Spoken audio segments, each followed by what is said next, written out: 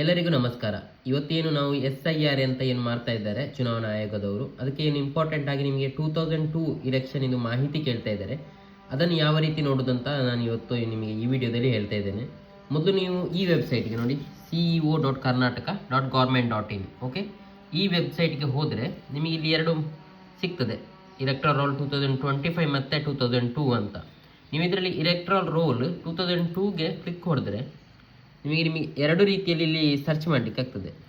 ಒಂದು, ನಿಮಗೆ ವ್ಯೂ ಅಥವಾ ಡೌನ್ಲೋಡ್ ಮಾಡಲಿಕ್ಕೆ ಆಗ್ತದೆ 2002ರ ರೋಲನ್ನು, ಇಲೆಕ್ಟ್ರಲ್ ರೋಲನ್ನು. ನಿಮ್ಮ ಏನು ದಕ್ಷಿಣ ಕನ್ನಡ ಅಥವಾ ಏನು ಡಿಸ್ಟ್ರಿಕ್ ಇದೆ, ನಿಮ್ಮ ತಾಲೂಕು ಯಾವುದಿದೆ, ಮತ್ತು ನಿಮ್ಮ ಸಂಬಂಧಿಸಿದ ಪಾರ್ಟ್ ನಂಬರ್ ಒಂದು ಅಂದಾಜು ಗೊತ್ತಿರಬೇಕಾಗ್ತದೆ ನಿಮಗೆ. ಒಂದು ನೋಡಿ 131 ಈ ರೀತಿ ಹಾಕಿದೆ.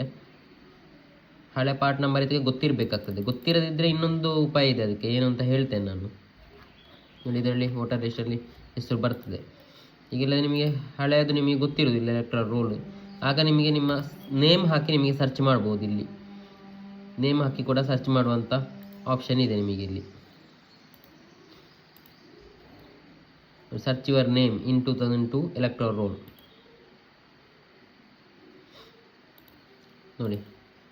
ನಿಮ್ಮ ಡಿಸ್ಟ್ರಿಕ್ಟ್ ಸೆಲೆಕ್ಟ್ ಮಾಡಿ, ತಾಲೂಕು ಸೆಲೆಕ್ಟ್ ಮಾಡಿ, ನಂತರ ನಿಮ್ಮ ಹೆಸರು ಸೆಲೆಕ್ಟ್ ಮಾಡಿ.